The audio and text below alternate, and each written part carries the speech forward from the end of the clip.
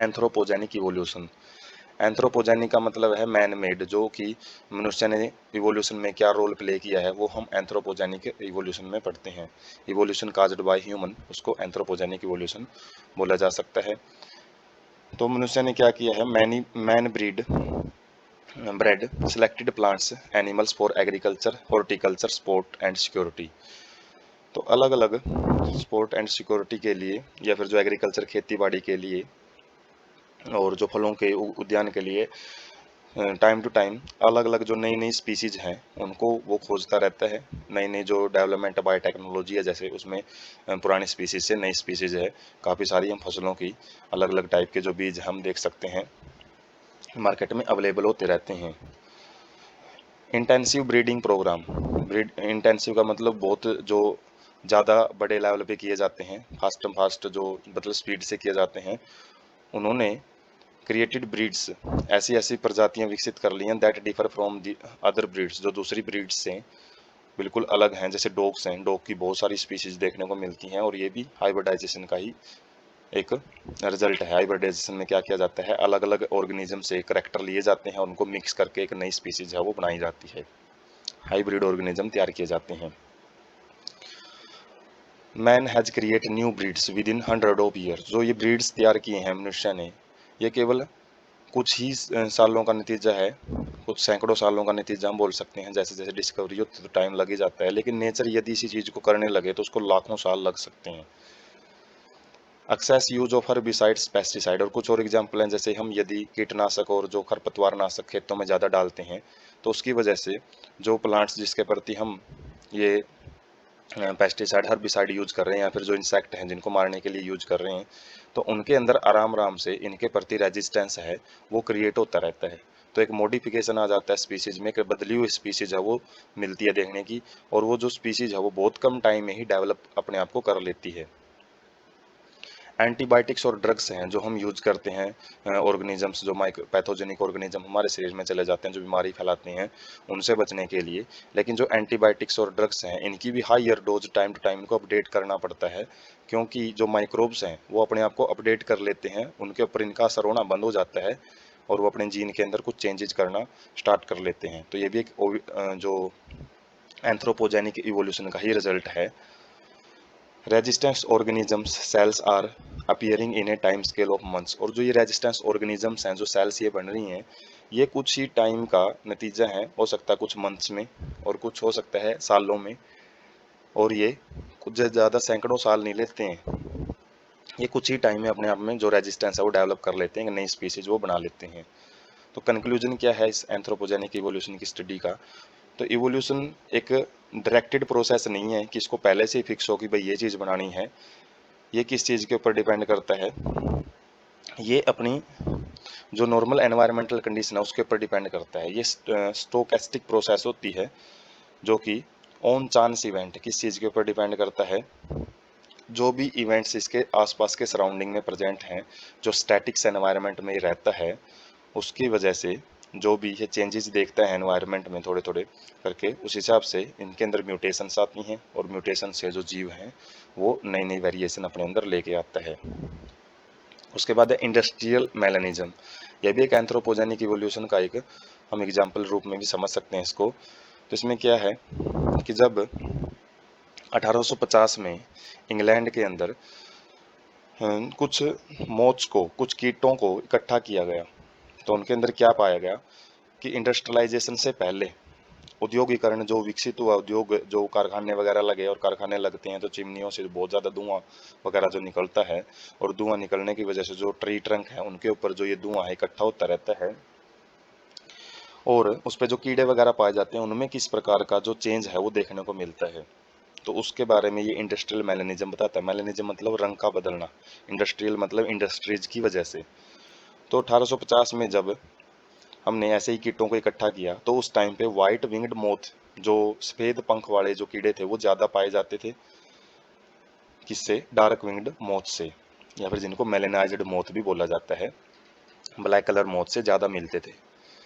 लेकिन जैसे इंडस्ट्रियलाइजेशन शुरू हुआ, उद्योगीकरण हुआ, ज़्यादा कारखाने लगे, तो 1920 में जब ऐसे ही इन्हीं इसी प्रकार का जो एक्सपेरिमेंट किया गया, कीटों को इकट्ठा किया गया, तो उसी एरिया से तो जो प्रोपोर्शन है वो रिवर्स हुआ मिला। रिवर्स का मतलब है जो डार्क विंग्ड के मोथ थे, जो काले पंख वाले जो कीट थे वो ज़्यादा मिले, और जो वाइट कलर के जो कीट थे वो कम मिले। तो कंक्लूजन क्या है इसका? एरिया लैकिंग इंडस्ट्रियलाइजेशन, जो एरिया जहाँ पे इंडस्ट्रियलाइजेशन नहीं पाया जाता, जैसे रूरल एरियाज होते हैं, वहाँ पे जो मेलेनिक मोथ्स होते हैं, जो डार्क कलर के जो कीट होते हैं जिनका पंख जो काले रंग के होते हैं, तो वो कम पाए जाते हैं। और इन मिक्स्ड पॉपुलेशन, किसी भी मिक्स प्रजाति है जिसके अंदर ब्लैक और वाइट कलर के जो मोथ हैं वो पाए जाते हैं, जो बेटर अडेप्टेड कर लेता है अपने आप को वही सरवाइव कर पाएगा, जबकि जो नहीं कर पाएगा अपने आप को अडेप्ट, तो वो जल्दी से जल्दी डेथ उसकी हो जाती है। वो पॉपुलेशन है इंक्रीज उसी की रहती है जो कि अपने आप को अडेप्ट करता है। तो इसका हम पिक से एक आइडिया ले सकते हैं। जैसे 1850 के टाइम पे जब कीटों को इकट्ठा किया गया, कुछ स्पेशल इन कीटों को, तो वहाँ पे वाइट कलर के कीट ज़्यादा देखने को मिलते थे, क्योंकि उस टाइम जो ट्री बार्क थी वो वाइट कलर की थी लाइकन की वजह से। वहाँ पे एक लाइकन ग्रो करता था, और लाइकन हमेशा ऐसे एरिया में ग्रो करते हैं जहाँ पे पोल्यूशन नहीं होता है। लेकिन जैसे इंडस्ट्रियलाइजेशन हुई, पोल्यूशन बढ़ा, तो जो ट्री ट्रंक हैं उनके ऊपर जो लाइकन है वो भी खत्म हो गए, जिसकी वजह से वाइट थे, और जो सूट वगैरह है वो इकट्ठा होता गया इनके ऊपर, जिसकी वजह से जो कीट हैं उनको अपना कलर है वो चेंज करना पड़ा, और वो किस वजह से ज़्यादा संख्या इनकी सर्वाइव कर पाई, क्योंकि जो बर्ड्स हैं इनको खाते हैं, तो वो जिस प्रकार के बैकग्राउंड पे रहेंगे, यदि उस पर आसानी से दिख जाते हैं बर्ड्स को, तो उनको आसानी से मतलब जो बर्ड्स हैं या फिर प्रेडेटर उनको खा जाते हैं। तो पहले क्या थे, जो वाइट कलर के मोथ क्यों सर्वाइव कर पाते थे? क्योंकि वाइट कलर का ट्रंक था जिस पे रहते थे, वो आसानी से नहीं दिख पाते थे। और बाद में जो वाइट कलर के मोथ वो खत्म क्यों होते गए, डार्क वाले क्यों सर्वाइव कर गए? क्योंकि जो डार्क कलर का जो ट्री ट्रंक है, पेड़ की शाखाएं हैं, वो इनको बचा लेती है। बैकग्राउंड के साथ ये कैमोफ्लेज भी शो करते हैं। जैसे कि इस पिक में हम देख सकते हैं, यहाँ पे एक जो कीट है वो वाइट बैकग्राउंड में है, और जो किसी भी प्रीडेटर को आसानी से नहीं दिख पाएगा इसलिए बचा रहेगा। लेकिन ब्लैक कलर का जो कीट है वो आसानी से इस वाइट बैकग्राउंड में वो आसानी से दिख जाता है, जो कि प्रीडेटर के द्वारा खा लिया जाता है।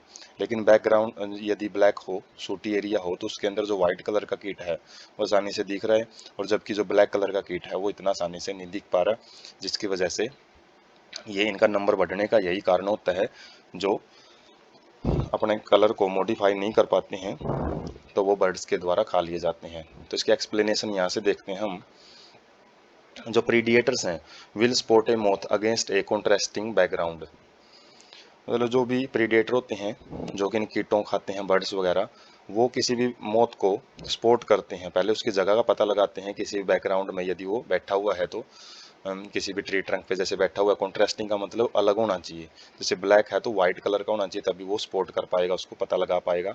इंडस्ट्रियलाइजेशन के बाद के पीरियड्स में जो ट्री ट्रंक है वो डार्क कलर के हो जाते हैं, क्योंकि जो इंडस्ट्रियल स्मोक है, जो धुआं है, और जो सूट के पार्टिकल है उनके ऊपर बैठते रहते हैं।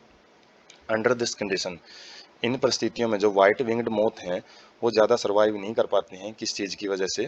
प्रीडिएटर्स की वजह से। वो प्रीडिएटर उनको खाते रहते हैं लगातार, और जो डार्क विंग्ड के मोथ हैं या फिर मेलेनाइज्ड मोथ हैं वो सर्वाइव कर जाते हैं, क्योंकि वो इतना आसानी से नहीं दिखते हैं प्रीडिएटर्स के द्वारा।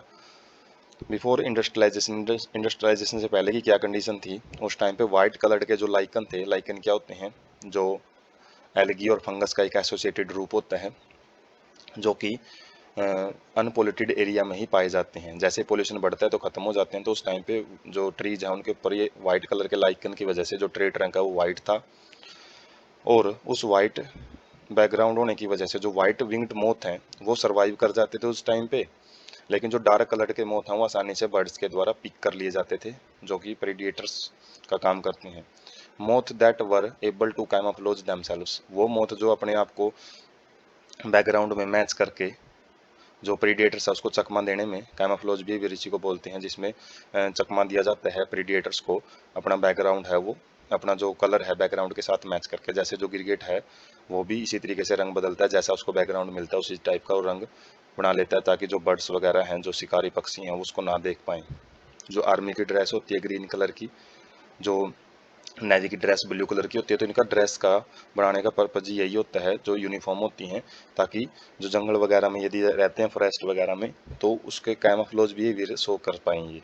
तो पट्टियाँ ही भी इसीलिए बनाई जाती हैं ताकि आसानी से ना दिख पाए दुश्मनों को। हाइड इन बैकग्राउंड, मतलब बैकग्राउंड में वो छुप जाते हैं और सर्वाइव कर जाते हैं।